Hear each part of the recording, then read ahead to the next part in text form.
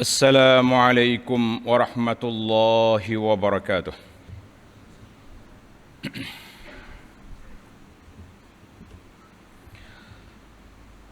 Alhamdulillah.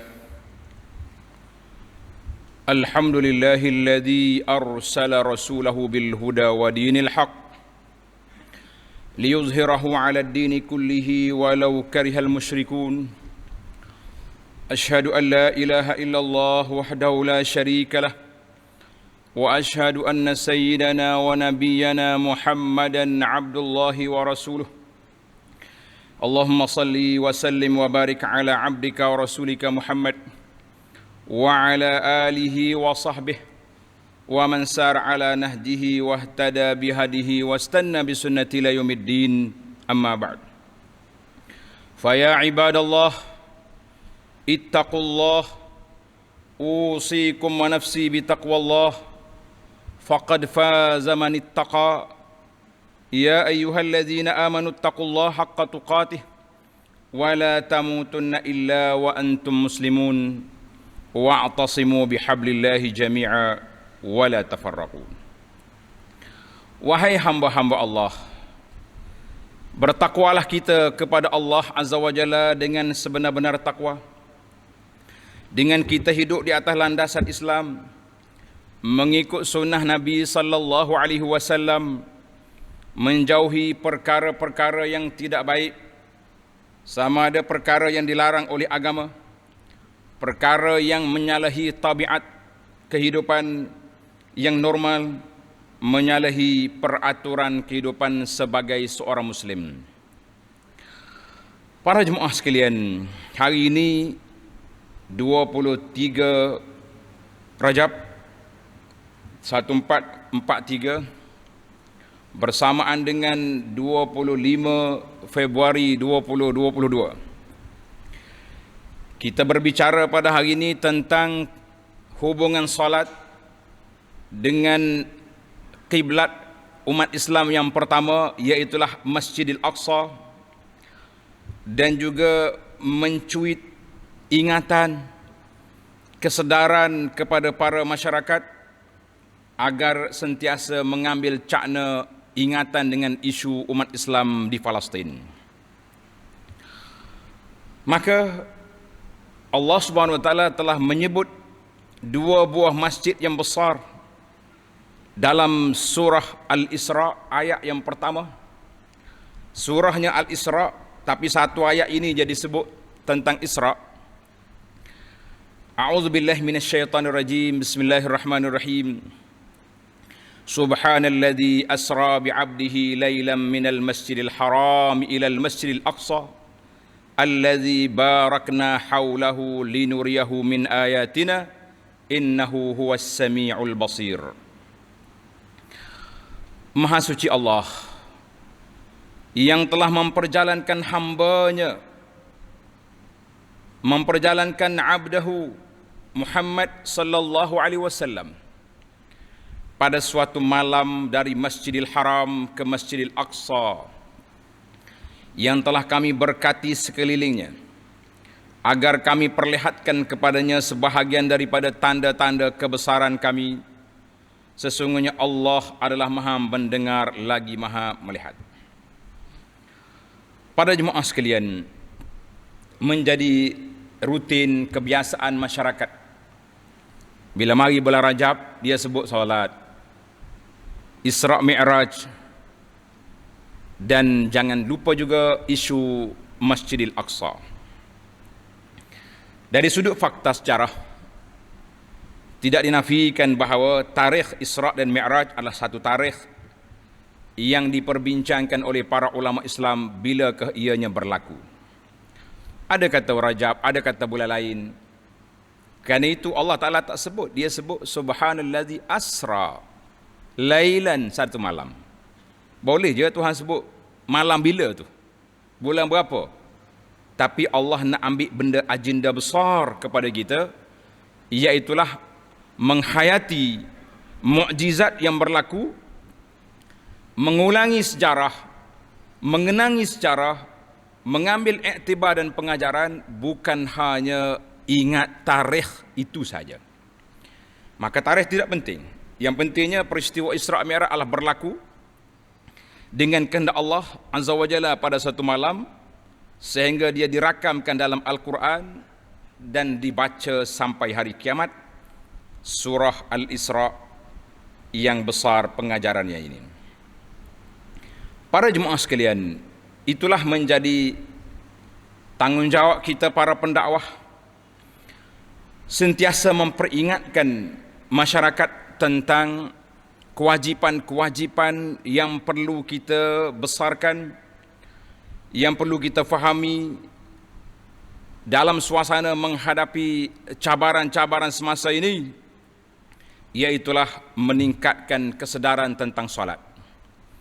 Alhamdulillah, dalam khutbah yang lepas kita sudah bincang tentang kedudukan solat, solat berjamaah, solat keluarga solat. Kita sambung lagi pada kali ini tentang peranan solat dalam kehidupan kita, sebagaimana dalam surah Al-Ankabut ayat 45 Allah Ta'ala sebut, utlu ma uhiya ilaika minal kitabi wa aqimis salah innas salata tanha 'anil fahsya'i wal munkar wa la dzikrullahi akbar wallahu ya'lamu ma tasna'un. Bacalah serta ikutlah wahai Muhammad sallallahu alaihi wasallam apa yang diwahyukan kepadamu dari Al-Quran ini, kitab Al-Quran, dan dirikanlah sembahyang dengan sempurna, rukun dan syaratnya, tekun melakukannya pada waktu yang ditetapkan. Sesungguhnya peranan salat yang sempurna itu mencegah dari perbuatan keji dan mungkar, dan sesungguhnya mengingati Allah adalah lebih besar faedahnya dan kesannya, dan ingatlah Allah mengetahui akan apa yang kamu kerjakan. Sama ada kita jaga solat atau tidak, maka menjadi tanggungjawab kita semua, suami dan bapa, menjaga anak-anak supaya kita hidup dalam suasana taat. Rumah kita rumah diberkati oleh Allah apabila keluarganya mendirikan salat, baca Quran, belajar Al-Quran, dan banyak lagi lah perkara-perkara yang dianjurkan. Para jemaah sekalian, timbul persoalan, apakah lagi yang perlu kita ketahui dalam peristiwa-peristiwa dalam hidup kita ini? Selain daripada kita mengingati solat, ayat yang kita baca tadi juga Allah Ta'ala sebut nama dua masjid. Al-Masjidil Haram di Makkah Al-Mukarramah, kemudian Masjidil Aqsa, Al-Masjidil Aqsa. Masjidil Haram yang dibina oleh Nabi Ibrahim alaihissalam, Kaabah dibina oleh Ibrahim dan anaknya Ismail. Masjid Aqsa juga diasaskan oleh Nabi Ibrahim, kemudian disambung, dibesarkan oleh cucu-cucunya Daud dan Sulaiman alaihima wa ala nabiyyina salatu wassalam. Maka dua masjid yang berkait, jarak di antara dua itu 40 tahun dalam hadis. Dan satu lagi masjid Al-Adna, masjid yang dekat dengan Masjid Haram, iaitulah Masjid Nabi sallallahu alaihi wasallam yang belum ada lagi pada waktu itu. Sebab Isra' Mi'raj Nabi belum hijrah. Maka para ulama berpendapat bahawa perkataan yang diberkati barakna haulahu, yang kami berkati sekitar Masjid Aqsa itu, iaitulah wilayatus Syam. Dia panggil bumi Syam, sekitar yang ada di sekeliling Masjidil Aqsa. Luah mana kawasan Allah Ta'ala yang maha mengetahui. Sebagaimana tanah haram Mekah juga, para ulama juga berbincang tentang sempadan tanah haram Mekah itu. Adalah, tengok dalam buku Mekah yang saya terjemahkan itu ada plan ataupun petanya. Mana Masjid Aqsa disebut dalam banyak hadis, iaitulah tempat berkumpulnya para nabi semenjak zaman Nabi Ibrahim alaihissalam yang berhijrah dari Babil ke Masjid Aqsa. Kemudian mari anak cucu dia juga berpusat di sana. dan sehinggalah kepada zaman Nabi Isa alaihissalam. Sekarang yang Isa berada di langit dan dia akan turun balik ke Masjidil Aqsa di Palestin. Maka ia juga merupakan antara kelebihan wilayah. Kalau kita nak banding dengan wilayah lain dalam dunia ini, sebab apa? Sebab di sana tempat berkumpulnya para nabi alaihimussalatu wassalam. Mana anbiya Bani Israel duduk di Palestin, ada yang ke Mesir seperti Nabi Yusuf dan Nabi Musa alaihimussalam. Akhirnya Nabi SAW dibawa dari Mekah dengan perjalanan khas melalui Burak ke Baitul Maqdis, ke Palestin. Itu adalah merupakan suatu perjalanan yang terhad satu malam saja, tapi dia punya kesan cukup besar. Iaitulah pertemuan Nabi dengan para anbiya, difardukan salat. Maka kita dapat simpulkan beberapa kelebihan yang banyak itu. Yang pertama di antaranya hikmah. Kenapa Nabi kita dibawa ke Palestin, tidak dibawa terus ke langit Mi'raj?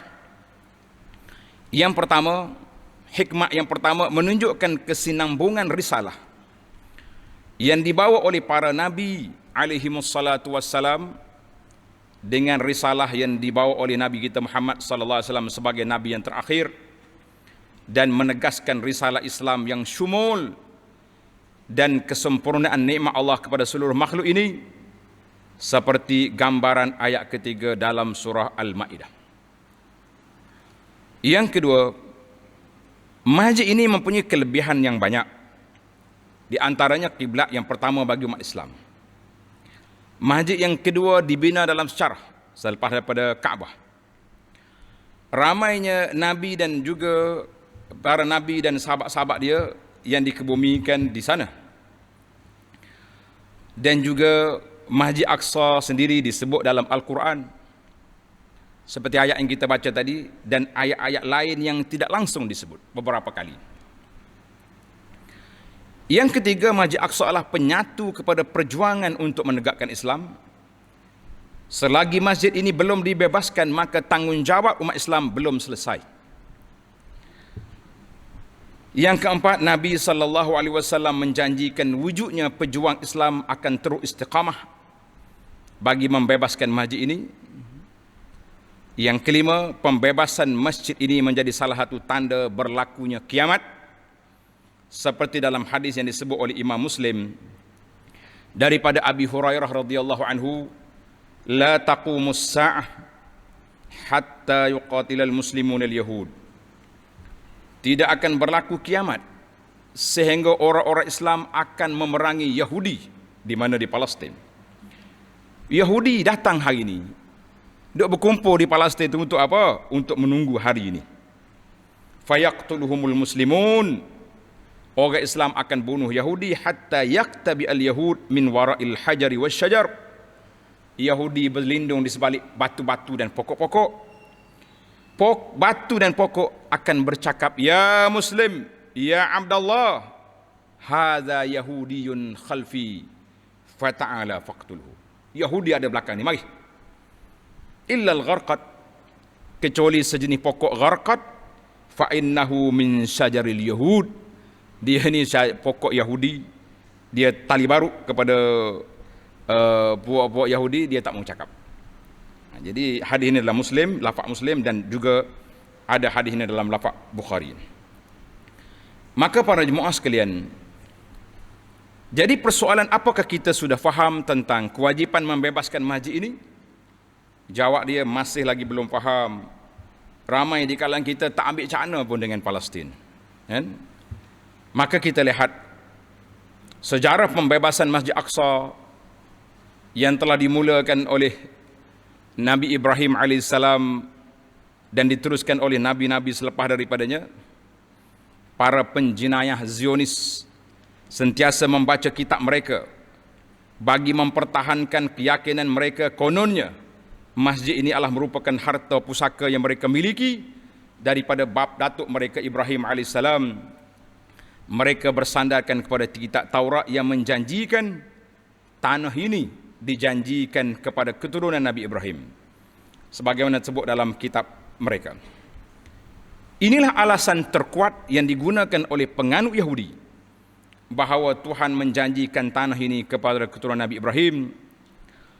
Maka kita kata itu dakwaan mereka. Panjang lagi cerita-cerita yang telah dibahaskan kenapa mereka tidak layak untuk memerintahnya, sebagaimana dirakamkan dalam Al-Quran. Apakah mereka menterjemahkan kenyataan ini dengan tepat? Siapakah keturunan Nabi Ibrahim AS? Adakah Nabi Ibrahim pengasas kepada agama Yahudi dan Nasrani? Adakah orang Yahudi saja merupakan keturunan Nabi Ibrahim? Sebenarnya mereka lupa bahawa Nabi Ibrahim mempunyai 2 orang anak, iaitulah Ismail, anak sulung dia yang berada di Mekah, yang darinya lahirnya kumpulan Arab, yang daripada keturunannya lahirnya Nabi kita Muhammad sallallahu alaihi wasallam. Dan Ishak, anak kedua. Siapakah yang datang selepas Ismail jika tidak Nabi kita Muhammad sallallahu alaihi wasallam? Mengapa Nabi Ismail tidak disebut sebagai keturunan Nabi Ibrahim dalam kitab ciptaan mereka? Ini adalah antara penyelewengan yang dilakukan oleh mereka, sebagaimana disebut dalam Al-Quran surah Al-Baqarah ayat 79, fawailul lilladzina yaktubuna al-kitaba biaydihim thumma yaquluna hadza min indillahi liyashtaru bihi thamanan qalila fawailul lahum mimma katabat aydihim wa wailul lahum mimma yaksibun. Maksudnya kecelakaan besar bagi orang-orang yang menulis kitab Taurat dengan tangan mereka, lalu mengubah kalam Allah dengan rekaan-rekaan mereka. Kemudian mereka berkata ini ialah dari sisi Allah, supaya mereka dengan perbuatan itu dapat membeli keuntungan dunia yang sedikit, putar balik sejarah dan sebagainya. Maka kecelakaan besar bagi mereka disebabkan apa yang ditulis oleh tangan mereka, dan kecelakaan besar bagi mereka dari apa yang mereka usahakan itu. Para jemaah sekalian, penyelewengan ini diteruskan sehingga dakwaan mereka diterima oleh dunia bahawa Masjidil Aqsa adalah hak mereka dan perlu dikembalikan kepada mereka dan tetap di bawah kekuasaan mereka.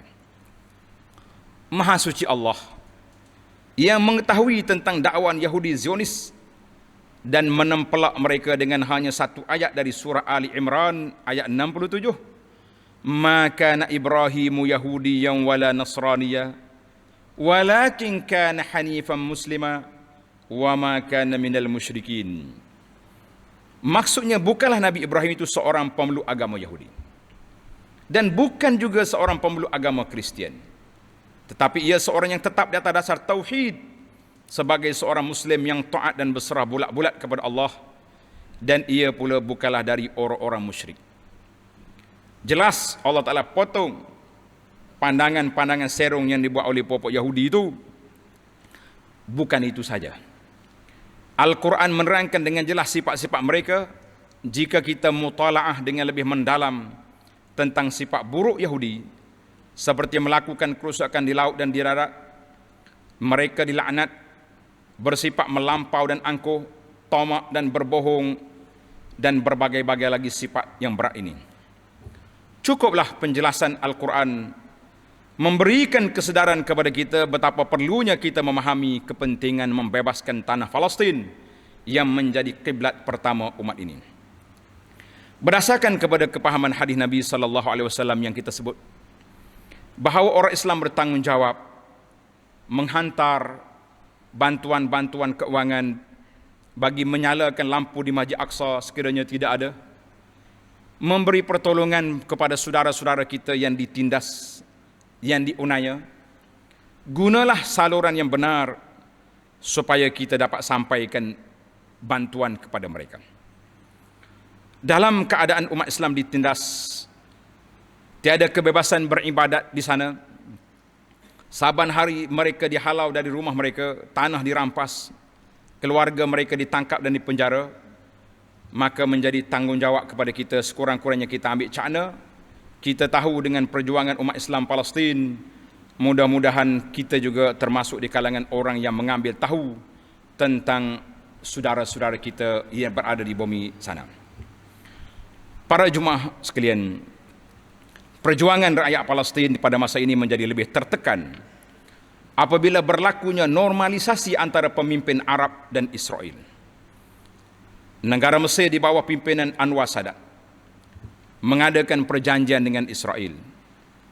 Kemudian pada abad 21 ini pula makin banyak normalisasi di antara negara-negara yang sekitar mereka yang telah buat hubungan diplomatik dengan negara haram Israel dan berjanji untuk mengadakan kerjasama dalam bidang pendidikan, ekonomi, ketenteraan dan strategi. Waktu jadi Presiden Trump dulu telah mengisytiharkan berpindahnya pejabat duta Amerika ke Jerusalem. Ini semua perbuatan-perbuatan permainan mereka. Kita mengatakan tunggu Yahudi, jangan sampai batu dan pokok-pokok bercakap, ketika itu tak ada guna lagi kamu nak selamat diri. Sungguh pada demikian, alhamdulillah pemimpin negara kita sehingga hari ini terus bertegas bahawa perjuangan rakyat Palestin mestilah sentiasa disokong dan sebarang tindakan Yahudi ke atas rakyat Palestin mesti ditentang dengan pelbagai cara. Perjuangan ini juga adalah tanggungjawab seluruh rakyat yang prihatin tanpa mengira agama, bangsa dan keturunan, kerana ianya juga melibatkan hak asasi manusia yang telah diperkosakan oleh pihak Zionis serta didokong oleh kuncu mereka, terutamanya kuasa-kuasa besar dunia. Maka para jemaah sekalian, jika kita mempunyai sifat prihatin dan kesedaran beragama, mempunyai perasaan dan kasih sayang pada sama Muslim, maka sudah sampai masa untuk kita sama-sama mutalaah, memahami, kata orang, ambil cakna dengan keadaan mereka. Pada masa sekarang ini terdapat banyak ruang untuk kita memahami isu ini melalui program ceramah, forum, tengok Facebook sahabat-sahabat kita seperti Yayasan Amal Malaysia, Cakna Palestin, Muslim Care, Cinta Gaza Malaysia dan banyak-banyak lagi sumber-sumber yang kita ada. Dan kalau kita percaya kepada sahabat-sahabat kita ini, kita hololah bantuan melalui mereka. Jangan beri sewenang-wenang, nanti dana yang kita beri untuk Palestin dia pergi ke tempat lain. Baiklah para jemaah sekalian, itulah sedikit peringatan untuk kita bersama tentang saudara kita Palestin. Barakallahu li wa lakum fil Qur'anil azim wa nafa'ani wa iyyakum minal ayati wa dzikril hakim. Aqulu ma tasma'un wa astaghfirullah li wa lakum wa lisairil muslimin wal muslimat fastaghfiruh innahu huwal ghafurur rahim. Alhamdulillahilladzi hadana li hadza wa ma kunna linahtadiya laula an hadana Allah. Asyhadu an la ilaha illallah wahdahu la syarika lah wa asyhadu anna Muhammadan abduhu wa rasuluh. Allahumma salli wa sallim ala abdika wa rasulika Muhammad wa ala alihi wa sahbihi ajma'in wa ba'd. Fa ya ibadallah ittaqullah. Wahai hamba-hamba Allah, bertakwalah kepada Allah Azza wa Jalla dengan sebenar-benarnya. Pada saat ini 26 Februari tahun ini, pihak kerajaan, pihak kaji cuaca meramalkan berlakunya hujan yang begitu lebat. Dari semalam sampai hari ini pun kita tengok lebat. Hujannya lebat sehingga masjid renggeh, kata orang. Mungkin mereka ambil alasan uzur kerana hujan. Maka ambillah langkah berjaga-jaga, berhati-hati. Kita berdoa kepada Allah Azza wa Jalla, Allahumma ja'alhu sayyiban nafi'an. Ya Allah, jadikan hujan ini hujan yang bermanfaat. Kalau tengok hujan terlebih, kita kata Allahumma hawalaina wala alaina. Ya Allah, bawalah hujan ini ke tempat lain yang selamat, tidak menenggelamkan manusia, tidak menggelamkan harta benda, dan berilah ke tempat-tempat yang selamat hujan itu ke sana. Ya Rabbal Alamin. Jadi perbanyakkanlah doa, mudah-mudahan kita selamat, masyarakat kita selamat, dan tidak ada banjir besar yang melanda kawasan kita ini. Amin ya Rabbal Alamin. Jadi para jemaah sekalian, sentiasalah banyak berselawat ke atas Nabi sallallahu alaihi wasallam, kerana perintah Allah dalam Al-Quran, innallaha wa malaikatahu yusalluna 'alan nabi ya ayyuhalladzina amanu sallu 'alaihi wa sallimu taslima. Allahumma salli 'ala Muhammad wa 'ala ali Muhammad kama sallaita 'ala Ibrahim wa 'ala ali Ibrahim wa barik 'ala Muhammad wa 'ala ali Muhammad kama barakta 'ala Ibrahim wa 'ala ali Ibrahim fil alamin innaka Hamidum Majid.